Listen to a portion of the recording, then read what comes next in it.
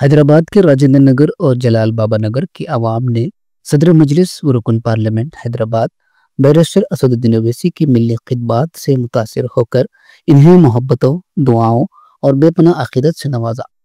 आवाम ने इनकी कामयाबी, सेहत और सलामती के लिए हजारों दुआएं की और इन पर अपने भरपूर एतमाद का इजहार किया।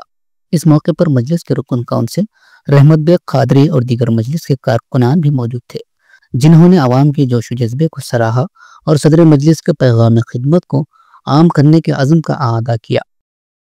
अगर आप कोई ऐसा साथ अपने पास अगर आपका साथ कोई ऐसा पूरी भी करता है, पहुंचाव कर लेते वो ऐसा अनमोल हीरा है जिसके हमें वो अनमोल ऐसा खुशबू है जो दिखाई नहीं देता, दिखाने वालों को दिखाई देता। सच्चे दिल से अंदर से फील करके देखो ऐसा कौन है, दादा कौन तो मालूम होगा। वो जान देने वाले नए वाले कहते हैं, इसलिए जो हमारी किस्मत में आए हैं चले गए, अगर किस्मत सपोर्ट नहीं कर सके ये हमको बड़े दम तक मनावे। अगर एक बार ऐसा साथ याद आ गया ना तो उससे उनको मिलाएंगे पूरे बस्ती में, जिसके लिए पैसे नहीं मिलेंगे ना तो कैसा भी करेंगे, उससे उनको बोले के पानी मिलाएंगे, पैरा लेकर पढ़ लेंगे।